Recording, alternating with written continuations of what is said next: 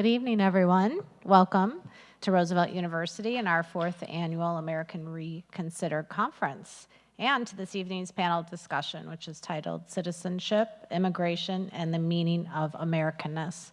I'm pleased to introduce you at this time our president, Ali Malekzadeh, who will say a few more words.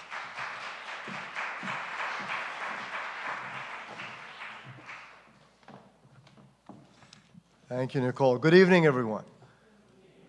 You're all ready with your good questions for our panel tonight? Are you ready for good questions from our panel tonight? Yes, okay. Well, welcome, students, alumni, faculty, and friends, to the American Dream Reconsidered Conference. It's our fourth annual conference. And this one is on citizenship, immigration, and the meaning of Americanness. I didn't know there was such a word, but we're going to discuss it tonight. So in 2018, President Trump proposed the end of birthright citizenship. And the status of immigrants has been a hot-button issue throughout his presidency. Tonight, our guest speakers will ask how to balance the enduring appeal of America for immigrants with the political currents of our times and the economic needs of our nation, so we can produce a fair, equitable immigration system for the modern era. So our moderator tonight is the New York Times best-selling author, Mbue. Her novel, Behold the Dreamers, won the PEN/Faulkner Award for Fiction and was an Oprah Book Club selection. It is an amazing, unforgettable story of a young Cameroonian couple making a new life in New York just as the Great Recession upends the economy. So with that, Imbolo will introduce our guest speakers tonight and will get us started. Let's welcome our guests.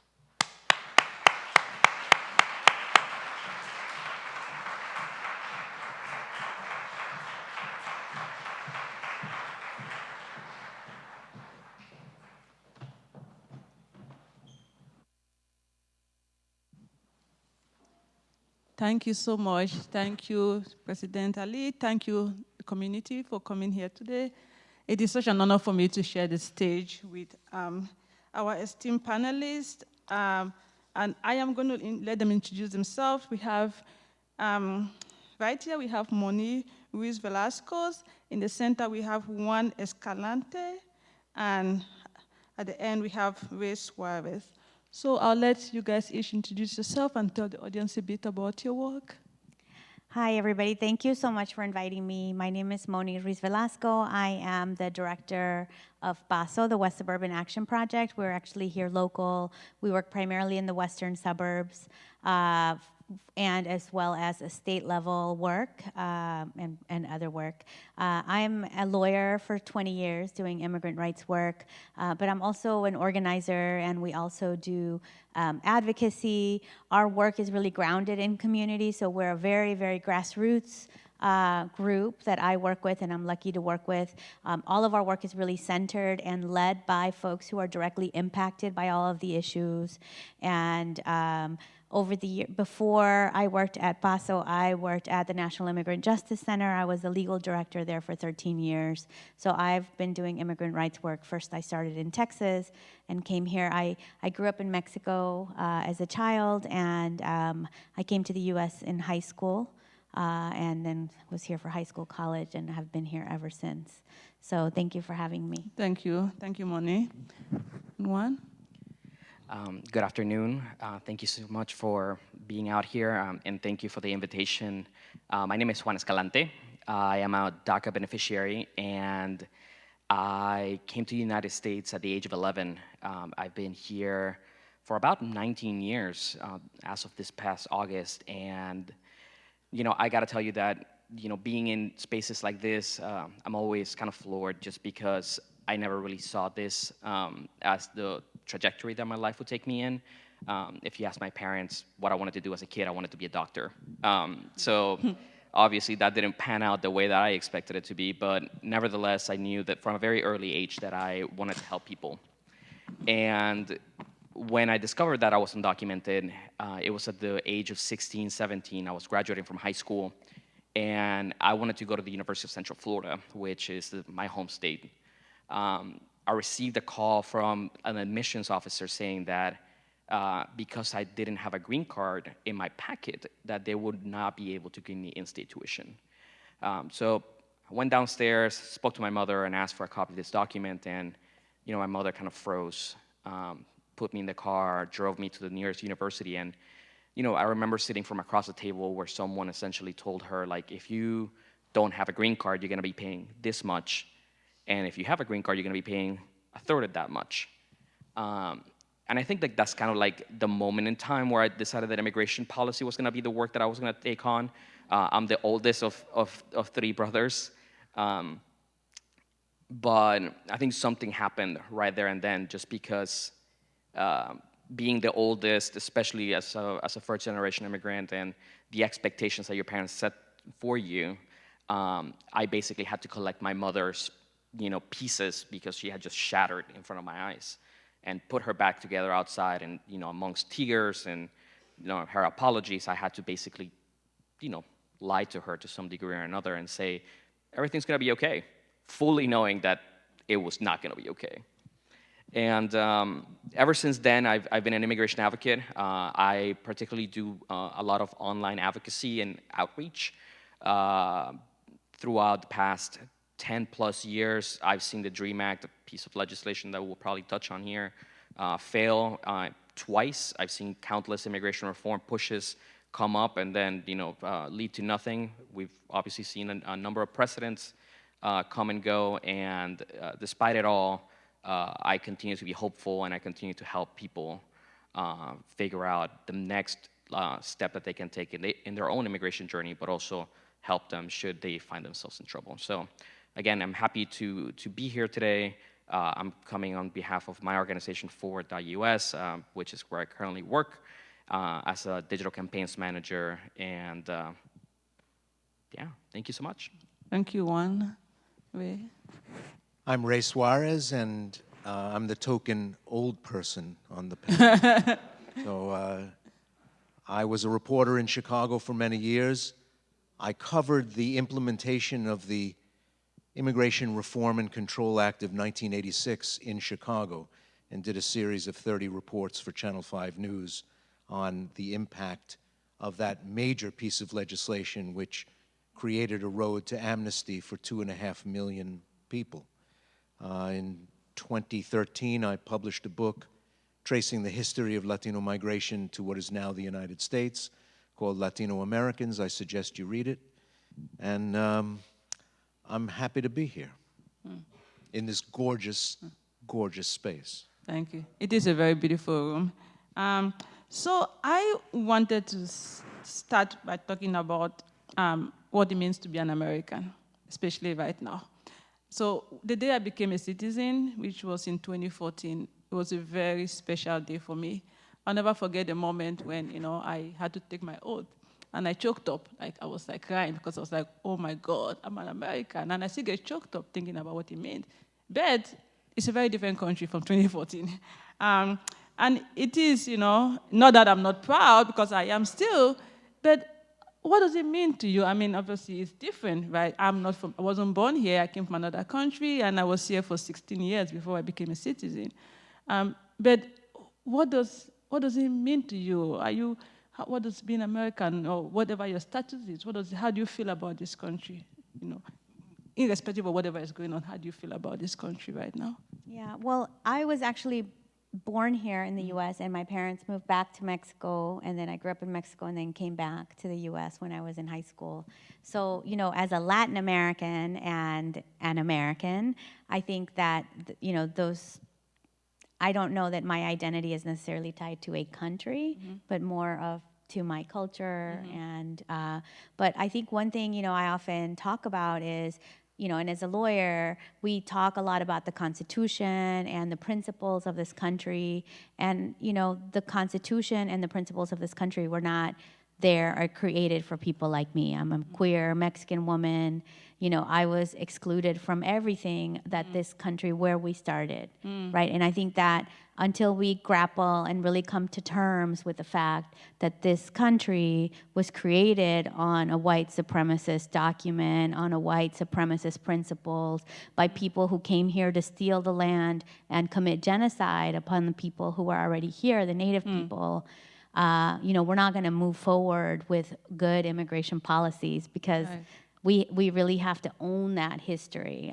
You know, I think that's the country that we are. I think that's the country we have been, but I mean, I wouldn't be doing this work for 20 years if I didn't think that this is not the country that we have to be. Right. So, you know, all of that to me is tied with Americanism, and, you know, I really see my identity as an American as beyond the borders of this country, and, you know, especially with my own cultural and family roots. So would you say you identify more strongly as a Latina than as an American? Yes, I definitely identify more as a, you know, queer Latina than as anything else. Thank you. And you, Juan? I hope that you don't ask me that because I don't have an answer for that specific question. And I'll explain why. I've been thinking a little bit about some of the things that you know, have been discussed, you know, thus far, and specifically this question. Obviously, I've been living in the United States for the past 19 years. A significant chunk of that, over half, has been as an undocumented immigrant. I would be lying if I told you that some of the experiences that I've been able to cultivate throughout my journey, you know, as a teenager, as a young adult, I'm currently 30 years old, which puts me in the older spectrum of the dreamer, you know, category, or DACA beneficiary category. So a lot of my colleagues like to joke that I'm like the elder of this movement or something or another. But nevertheless, you know, growing up, a lot of people told me that, you know, the things that I couldn't do. I couldn't go to school because I didn't have in-state tuition. I couldn't get a scholarship because I didn't have papers. I couldn't, you know, run for office because I wasn't a citizen. I couldn't, you know, vote or do this or that or whatever. And every single time I just, you know, despite the obstacles, and I don't want to minimize the struggle because it was a struggle to overcome all those things, there was always a way. There was always a way, there was always a helping hand. And I always consider myself to be extremely fortunate because there were people along the way that just as much opposition as I faced from the systems, whether it was the university or the immigration system or you know, you name it, I also found enough kindness from individuals who were able to help me along the way.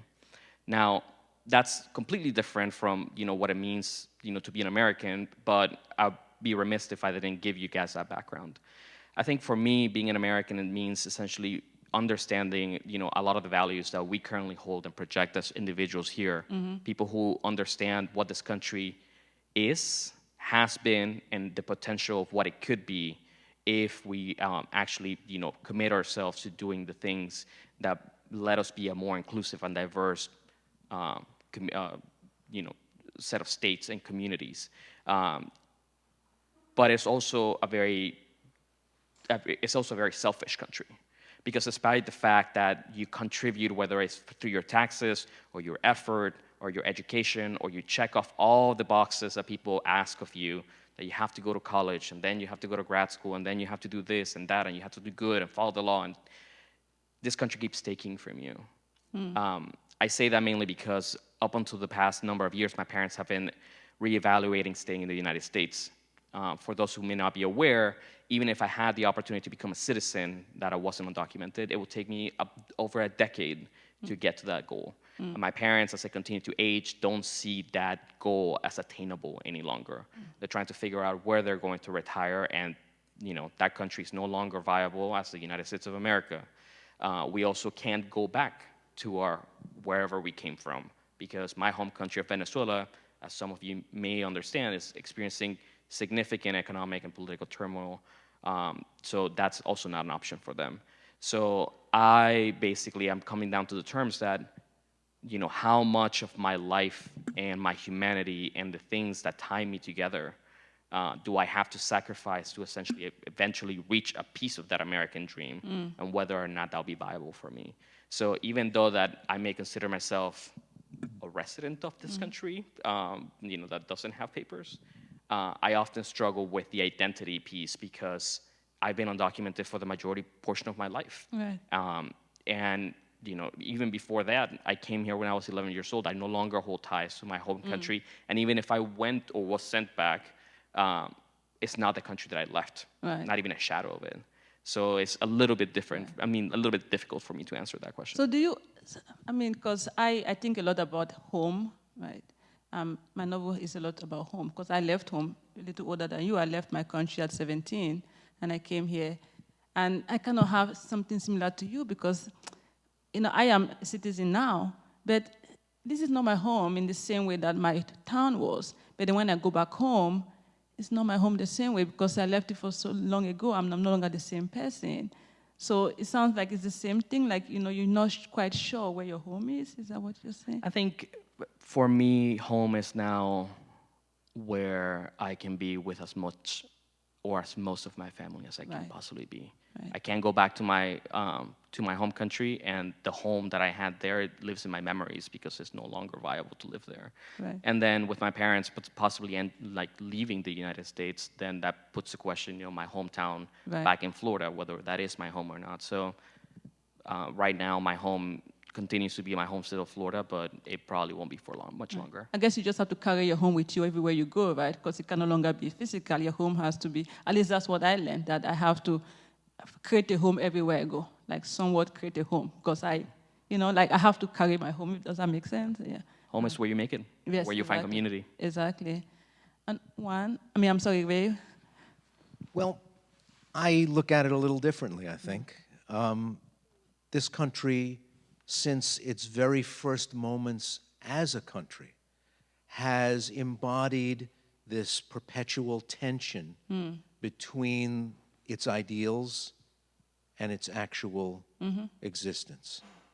And as someone who was born here and grew up here, but also who has been singled out, particularly excluded, made separate on many occasions, I recognize that the space between the real and the ideal is in constant motion, in constant renegotiation. And I guess someone like me, in love with this country as I am, and in love with this country as it should be, rather than how it is all the time, I guess my work is to try to make the real live up to the ideal. We were a people from the very first days as a people that said something radical and revolutionary and unheard of to the rest of the world, that we weren't going to be a nationhood organized around origin and religion and language and memory of a shared place or even a shared culture. Our proposition to the rest of the world was, we have this set of ideas enshrined in these documents, and if you sign on to those ideas, you're in. You're one of us. And the whole history of the United States has been a gradual opening up, a widening of that definition of who gets to be in.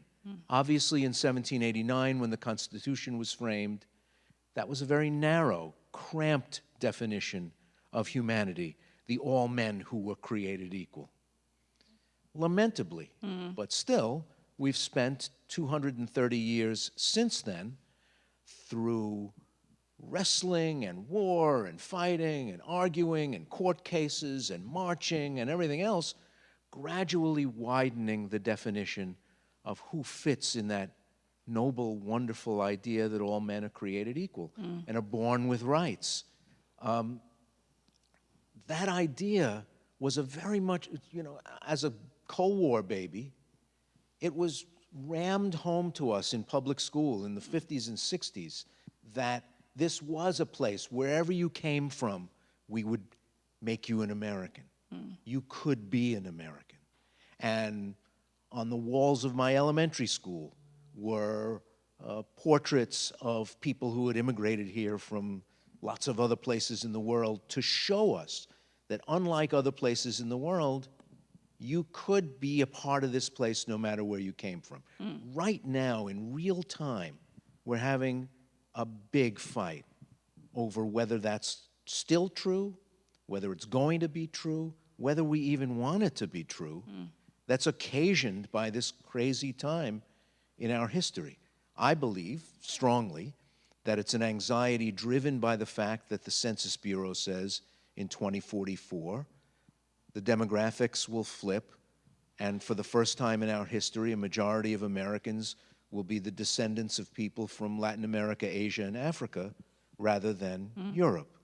It's going to mean some changes in our self-concept. It's going to mean some challenges to the way we conceive of what being an American is. Can we handle it? Of course we can handle it. We always have.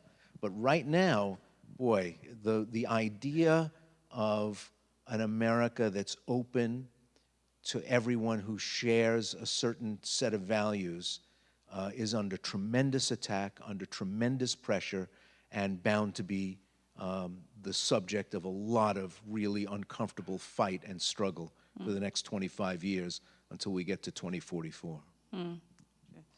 Yeah, I am. Because before I came to America, I had that ideal of America, right? So even when I came here, I think I still struggled, like what you said about the reality versus the ideal, because I came from a country where we didn't have freedoms the way America had. Like I said earlier, if people came to my lecture in the morning, in my country, you couldn't stand on TV and make fun of the president. You'll be put to jail. There's just no such thing. So I was always in awe of what a great country it was because of where I came from. But that doesn't mean that we have to stop there, right? That is your point, that there's a huge capacity for this country to be greater than what it is, not in the sense of make America great again, but in the sense that, because that is not the kind we're talking about. But I want to talk about this anxiety about, this, like you said, the great replacement coming in 2044. Because study after study has shown that immigration is good for America, right? There's a lot, it's showing that America is an immigrant nation, and yet there's anxiety. So do you think this fear is coming from a place of miseducation or people not, where is this coming? Is it just like an aversion to change, or because people are just afraid of a certain level of diversity beyond what they can comprehend? Like, what is it? Where's the root of this anxiety? I think it's not a coincidence at all that we're having this family fight at a time 45 years since 1974, when basically the wages of middle-class people stopped growing in real terms, in purchasing power terms.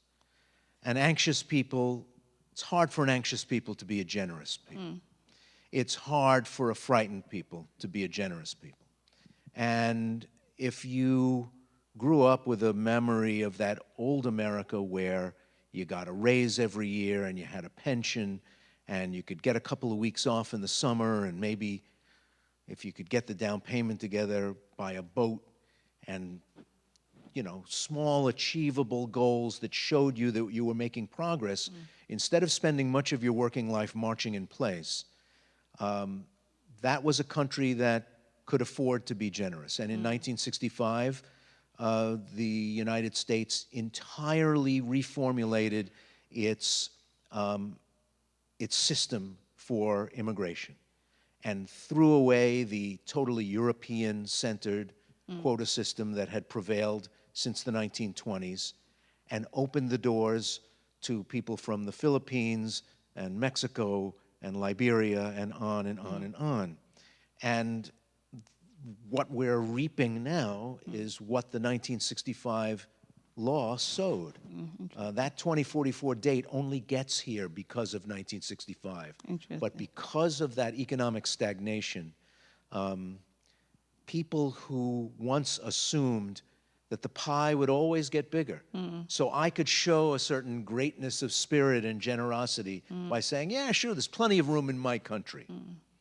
As you can see from some of these rallies and from some of the rhetoric from an American congressman, a sitting American congressman, saying you can't rebuild a civilization using somebody else's children.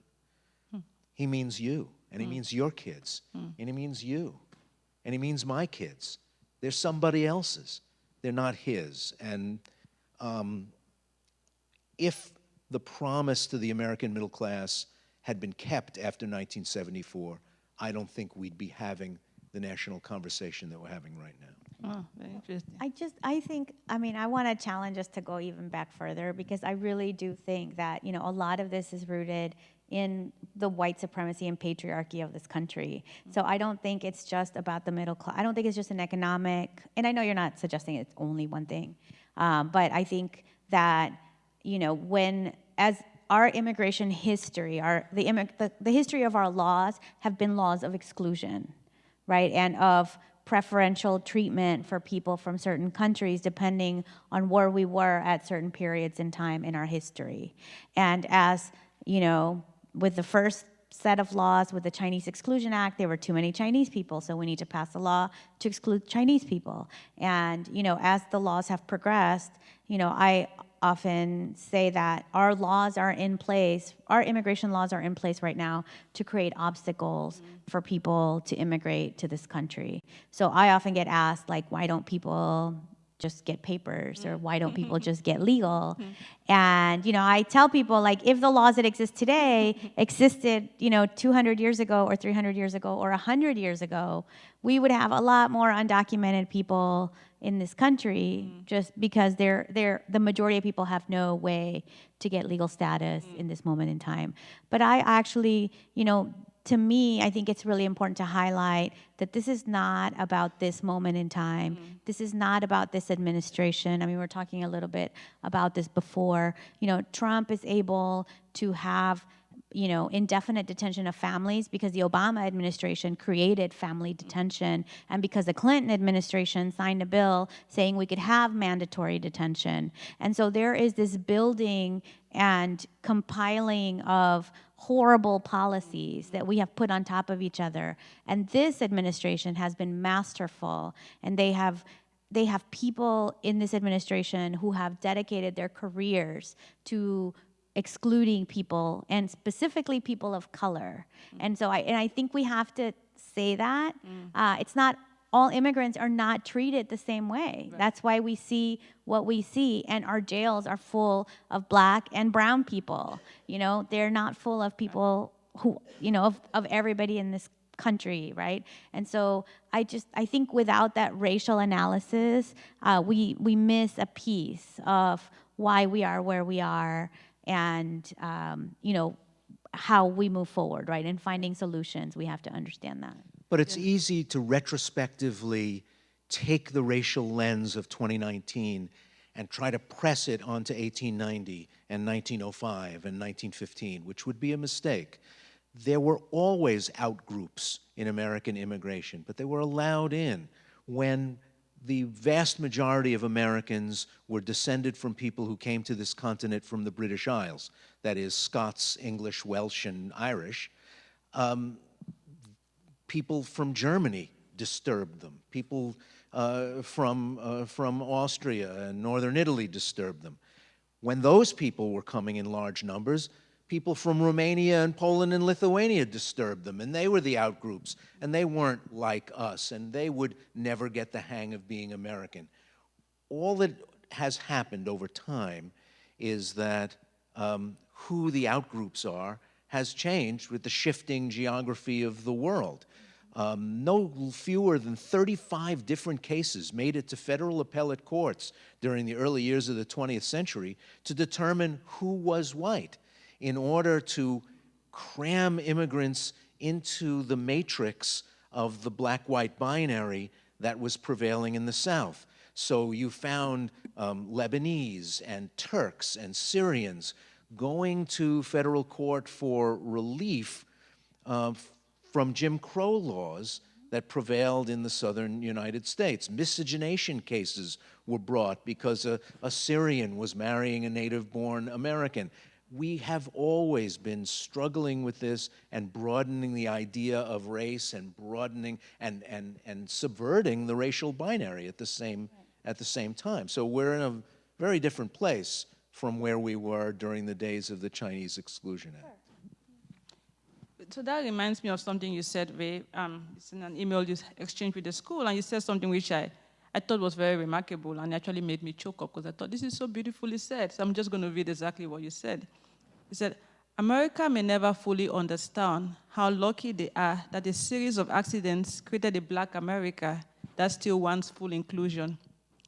Similarly, despite the fact that they are despised in many communities while doing a disproportionate share of the hard work, Latinos are also working to fully become members of this society in the face of endless condescension and dismissal.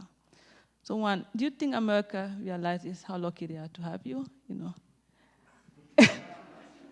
We were talking about just a moment ago, I think it was Mony who made reference about, when people ask you, why don't you get legal? And, or what it was like in your story, right? About, becoming an American citizen.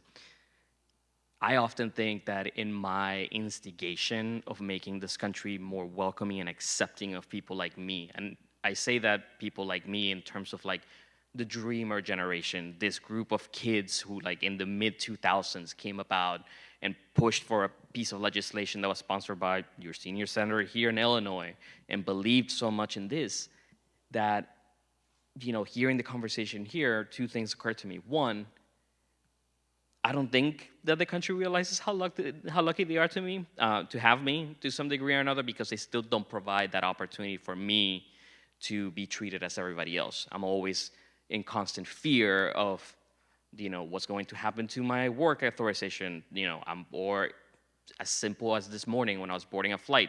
My driver's license expired because I just moved to DC, so I need to get a new one. So I show my employment authorization card to TSA, and every now and then there's one TSA agent that has no idea what that is, and am I going to be singled out and put through secondary inspection once again for the nth time? What really scares me is that the day that I do have that opportunity, I walk into like the USCIS office and they just pull or they just wheel in like all of like printed versions of every tweet that I've done to criticize this government and every single Facebook post that I've done to kind of criticize the Obama administration, the Trump administration, or whoever's in power at that point in time, because it's not just out of frustration and distaste for the way that the country's governed, but it's out of the fact that we often have to do the things that are uncomfortable, especially to people in power, to make them realize, who we are and what our value or what our humanity is even worth to this country. And similarly, I find myself in the position of kind of being in the middle here, and I appreciate the dialogue because the amount of history that's being shared, not only do I appreciate it, but it's also something that I often seek out to for people who have been doing this kind of work for a number of years, because, to be honest, my length of knowledge of the subject lives within the parallel universe of the advocacy that I'm living in real time. So while, I'm definitely haven't been a lawyer or, haven't written a book, I do appreciate the amount of like energy that there is in this kind of discussion, because it teaches me and reminds me that despite the work that I'm doing right now, and even if the policies that we're fighting for or whatever subject is that we're talking about in Congress comes to pass or fail or whatnot, the work will continue. Just because we pass the DREAM Act, or because DACA is upheld by the Supreme Court, or the Trump administration reverses whatever policy, the work will ultimately continue. And even though that I may or may not ever get the opportunity to become a US citizen, I have come to understand that my role is to continue to play the advocate for everybody else, even if this country doesn't recognize, the value of me as a person who lives in it. Well, I hope you get your citizenship, however long it takes. And it's interesting that you guys both ask about, like, why don't people just get their green cards? Because I get asked a question all the time, because I wrote a novel which is in part about immigrants who don't have legal status. And part of the struggle, part of the plot is about the struggle of getting papers. And you wouldn't believe how many people stand and ask me, why don't they just get green cards? I said, do you understand what is going on in this country? And even in 2019, I get asked that question. And it just amazes me because that is why I asked about education. Like, do we need more education? Is that a way to counter a lot of this, I suppose, ignorance of the plight of immigrants? I mean, obviously, there's two sides, right? And that's another question I'd like to ask, because to raise point that part of the struggle, the anxiety about this great replacement is socioeconomic, right? And that is real. The people who feel the squeeze and they worry that it's because of this influx of immigrants that is making their situation harder. So if we were to design some kind of really, really humane and empathetic immigration policy, empathetic to both sides, because I am a writer, I tell stories, and I believe in, I'm not a big fan of heroes and villains, right? Human beings are complex, nobody's good, nobody's bad, we're all in the middle. And I like to say that even the Trump people, even the guys who wear the Make America Great baseball cap, they have a story, right? They have their own dreams and fears. And if we were to somewhat show them empathy while considering that we have to stick to the foundation and the Constitution, if we were to design a policy that honors that, what would it look like? Well, but I think to me, and I know I'm a lawyer, but that goes back to the fact that the Constitution in and of itself comes from a flawed place, from my perspective. Well, I guess, the dream of America, Right, so maybe not right. so much the So the aspiration, Yes, right, of exactly. the country that we want to be. So I really think, migration is a natural phenomenon. I mean, everything migrates, right? Like animals, plants. I mean, in fact, we can move companies, we can move ideas across border. The only thing that doesn't is people. And I think that, from my perspective, having undocumented people and, back to do people appreciate? I think they do, but in a really terrible way, honestly. I think, I often say that having undocumented people in this country is truly a bipartisan effort. And, we have one side who has really horrible rhetoric, and then we have the other side who is incapable of putting enough political capital to even pass the DREAM Act, right? We have Senator Durbin here who, has introduced this bill for 14 years, but it's never enough of a priority to make it happen. And so I think we have to challenge that at both sides. For me, and I believe in abolishing ICE. I believe in abolishing the Department of Homeland Security.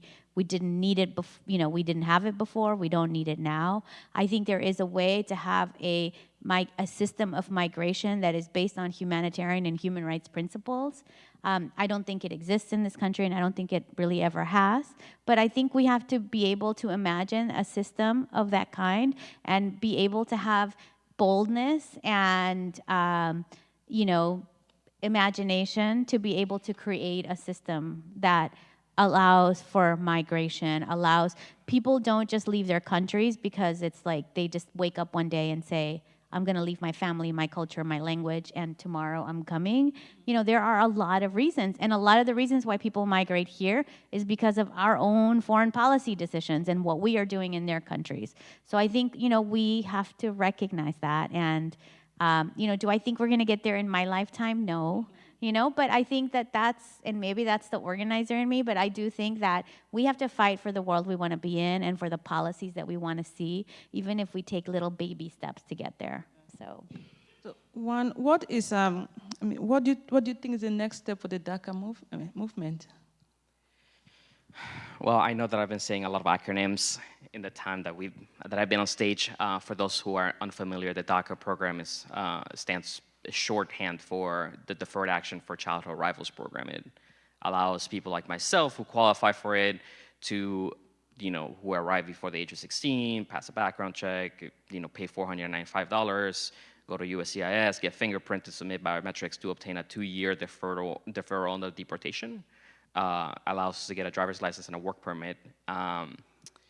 And right now, the program is actually headed to the Supreme Court for a variety of reasons in cases that I'm happy to extend to my lawyer friends to explain. But nevertheless, as you may understand, we live under an administration that is determined to eradicate any sort of what they deem as a benefit that immigrants may have.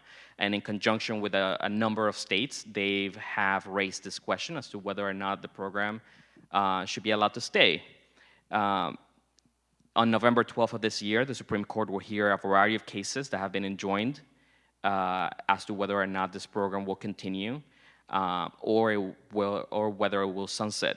There's a lot of speculation and a lot of wild theories about what exactly the court can and cannot do, whether or not it will swing to the left or swing to the right, and what the impact will be for almost 700,000 people who have willingly trusted the federal government with their personal information, including biometrics and home addresses and full names, to do with them as they will. If the DACA program goes away, it means that I have opened myself, to potential deportation, and by extension, my parents as well. And all of that, was essentially a subject of, the DACA program came to be as a consequence of Congress' failure to enact policies like the DREAM Act, the Comprehensive Immigration Reform. And while it did wonders for dreamers like myself and allowed us to go to college, allowed me to go back to school and get my master's degree, something that I always wanted to do, it's looking like, the pendulum may or may not swing the other side and do a lot of harm to a lot of people. So the fate of the program, unfortunately, rests to some significant part on the shoulders of the Supreme Court. We are doing everything that we can at Forward US to do two things. One, inform people what's happening and how they can help. Unfortunately, the Supreme Court is not like Congress, where you just walk around and talk to people and try to influence them and ask them to vote yes or no on something. So I always tell people that the Supreme Court is like this sphinx that you have to talk to it, not talk to it.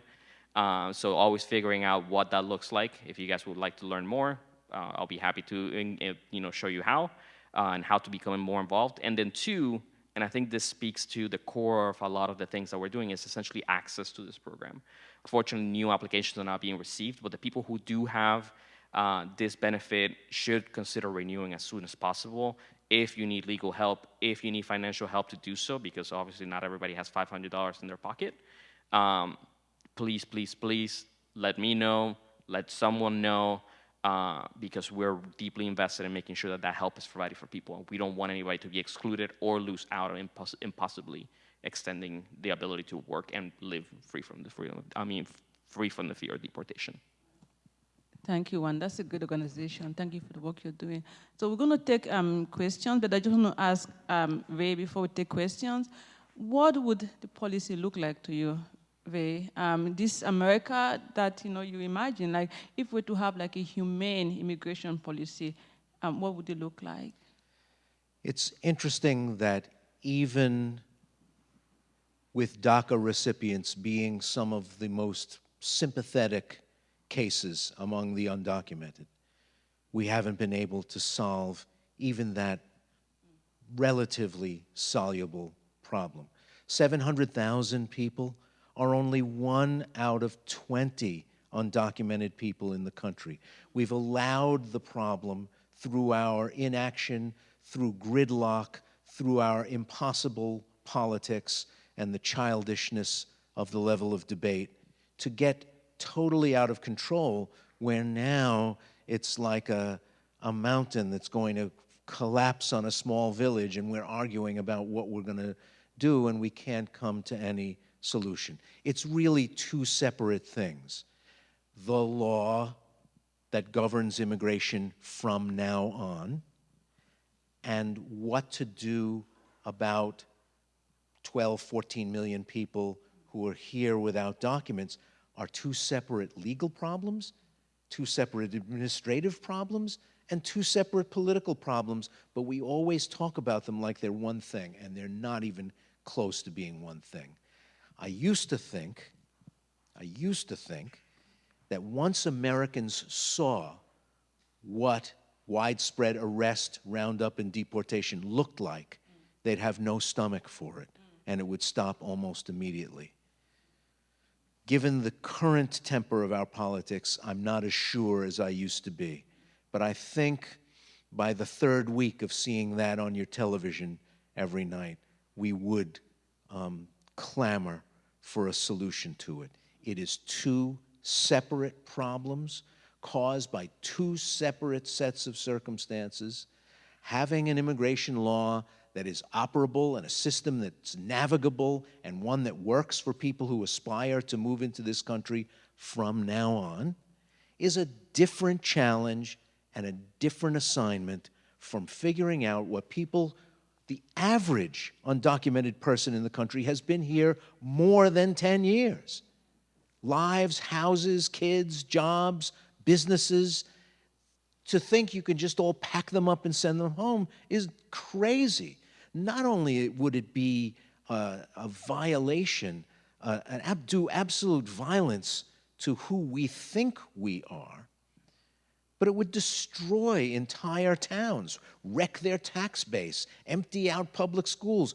We don't even know how dire the situation would be that we would create by sending everybody home. So obviously there's got to be some kind of answer, but our politics are so seized up, our politics are so infantile at this moment that we can't see our way clear to a solution, even for DACA recipients who people say, yes, no fault of their own. No 8-year-old ever said, I'm picking up the family and I'm moving to the United States. And even though that's true and people recognize that it's true, we are in a punitive mood in this country in the moment. And anything that doesn't smack of punishment that's a solution to the DACA challenge isn't going to be harsh enough or hard enough to satisfy some of the most prominent voices in the Congress. Is that fair? Yeah. That's what a friend of mine calls it, say we're punishmentalist, because we really believe in punishment. So we'll take some questions now. I believe there's a mic going around. Yes. There's somebody behind there. Well, thank you very much for this presentation. And Ray, thank you very much for your historical perspective on it. It's extremely enlightening. Thank you. One thing that I've been wondering about on the lecture circuit about this topic is about the role of corporations in immigrations and in the workforce. Whenever there is a shortage of some kind of job category or something, an H-1B visa or some other type of visa is issued, the people are welcomed in the United States, given jobs, and then at the back end it becomes another immigration issue that many people are facing, and people perceive it as competition in the job market and all kinds of things. It's a lot of issues to unpack.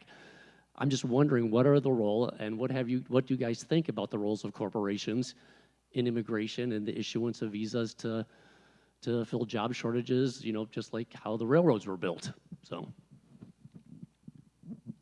So I think, the issue of corporations is beyond the visa, right? So if you think about the other area where corporations are, part of the reason why we have a huge undocumented population is that 70% of immigrants who are in detention are in private detention centers that are corporations that benefit from the detention of humans.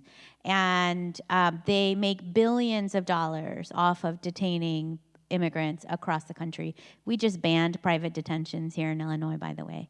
But nationally, it's about 70%.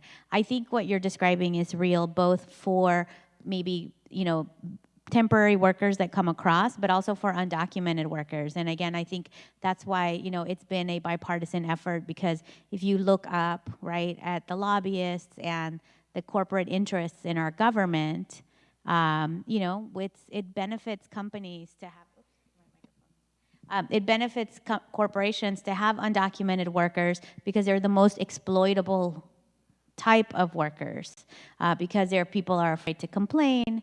There's, especially right now, this fear of like the raids. We saw the raid in Alabama, right? That it was 600 families who were detained at one period of time, and there were no penalties, no consequences to the employer. And so I think that, corporate interests are definitely a huge part of our problem in our democracy, to be frank, not just in immigration, but across. But I think, for us as an organization that does immigrant rights work, one of our big focus, I guess, against corporate interests deal with detention and the profits that they're making by detaining immigrants. I'll chime in there as well in two areas. One, obviously, I can't hide the fact that you may see from time to time corporations going up in the New York Times and speaking well about the dreamers. I mean, the big banks went in front of Congress and said, we hired this many dreamers and we want to see a solution and so on and so forth. While that's not excusable, it's just, passing the buck on everything that was just said. I think some of the main concerns, at least from my perspective in the work that I do, is essentially the use of technology and how that's essentially enabling, the tracking and possibly detention of individuals who are undocumented.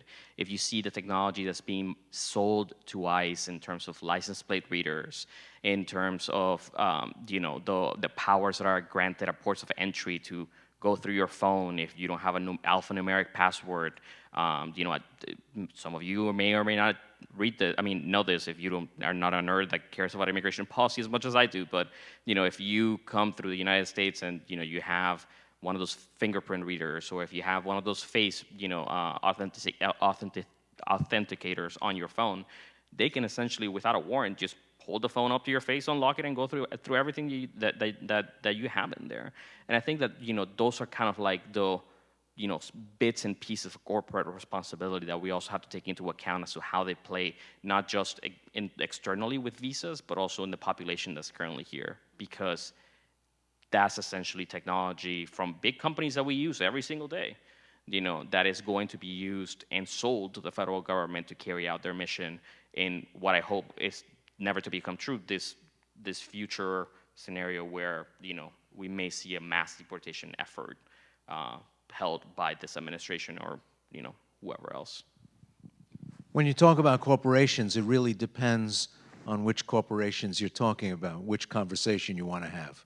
ConAgra and Del Monte are corporations with one approach to the presence of undocumented people in the United States. Apple and Google are also corporations, big corporations, that have an entirely different interest in immigration law that centers around H-1B visas and trying to bring in technical expertise. So there's not a one-size-fits-all corporate approach to immigration, but in general terms, there's been a big blinking neon sign facing west, facing east, and facing south in the United States that says help wanted. And it's been blinking in bright neon for the last 50 years, and we are disingenuous about that. If you ride with the Border Patrol, which I've done on many occasions in sectors all the way from Texas to Southern California, you'll find that the old Border Patrol, the less amped up, less juiced up, less military roid rage Border Patrol, they were very clear about how people came over and why people they came over were doing it. And they knew that everybody had a specific destination. Nobody crossed the border and when you asked them where they were going, said, oh, I don't know, I was just going to wander until I got somewhere. They all came over with a very specific job site, a very specific factory, a very specific pork or chicken plant. They knew where they were going to work.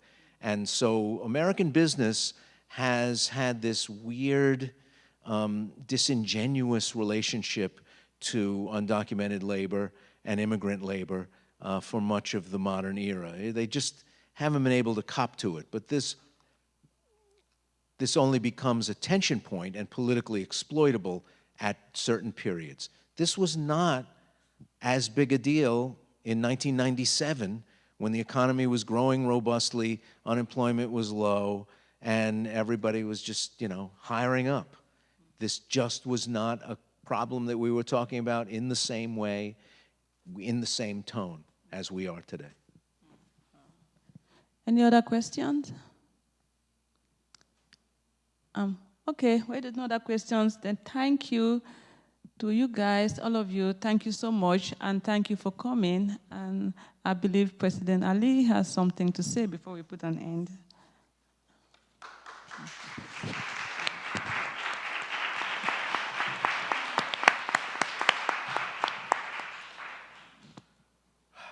Well, what an inspiring conversation and depressing conversation.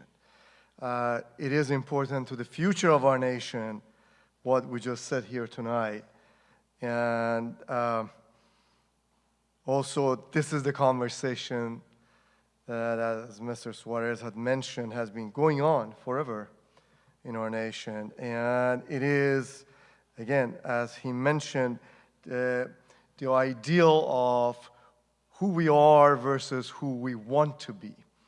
And as an immigrant, that was also the case for me as well. I saw America as this shining city on top of the hill where nothing was wrong and all the freedoms were guaranteed and so forth until I got here.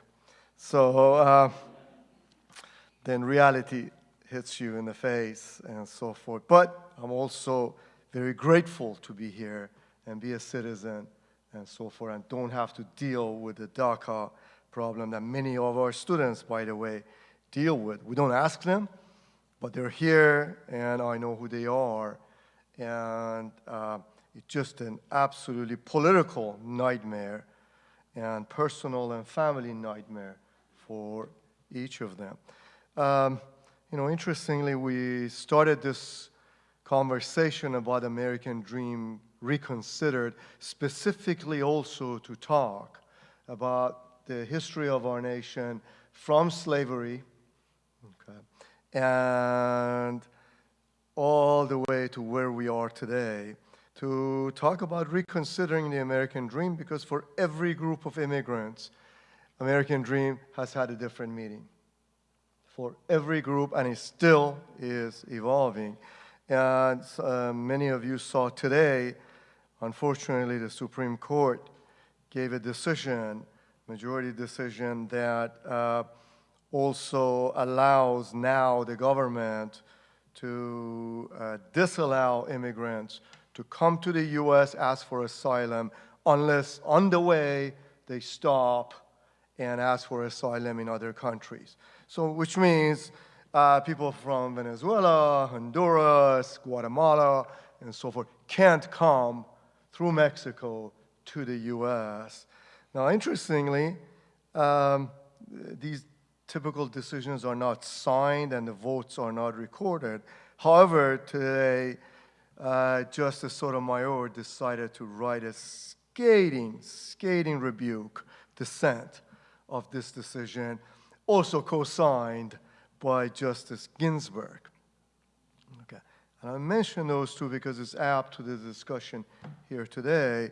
And some of you recall 2 years ago at the same conference, we had Justice Ginsburg and her fight for equality and women's equality. That was her campaign, and how hard she tried and made amazing inroads through the courts. And by the way, get your iPhones out.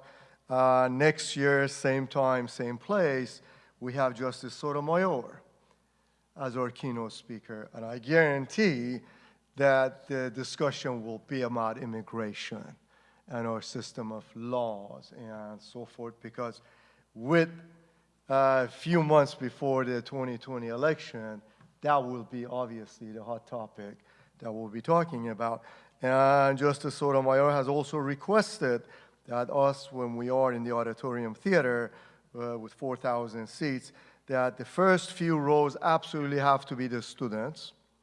She has also asked us to make sure that she's able to walk from the right side of the platform down, talk to the students, and people to hold this and that. And I'm going, this is 2 years before you show up. Okay.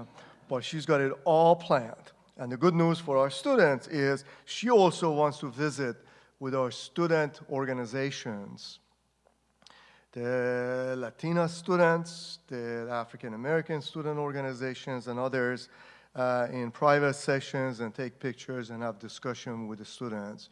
before she comes to the Auditorium Theater for her evening program.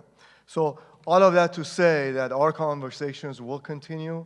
This is an important conversation for our country, for our university, and this is the legacy of Roosevelt University. We were founded on equality, and in 1945, the previous president and all the faculty and students walked out of the previous university because the board was asking for people's ethnicity and religion and so forth, meaning women are not allowed to be on the faculty as students, and Jewish students would not be welcome, and African American students would not be welcome.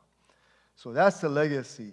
They moved, they started Roosevelt University, and Eleanor Roosevelt was kind enough to lend her name and served on the board with Albert Einstein, Albert Schweitzer, Pearl Buck, and many other luminaries at that time, that progressive group that allowed this university to be where it is today. So we're having this conversation. It's important, and please see this as a continuation of that conversation. So thank you again for our panelists, for our moderator, and this is an honor to be here tonight. So thank you so much.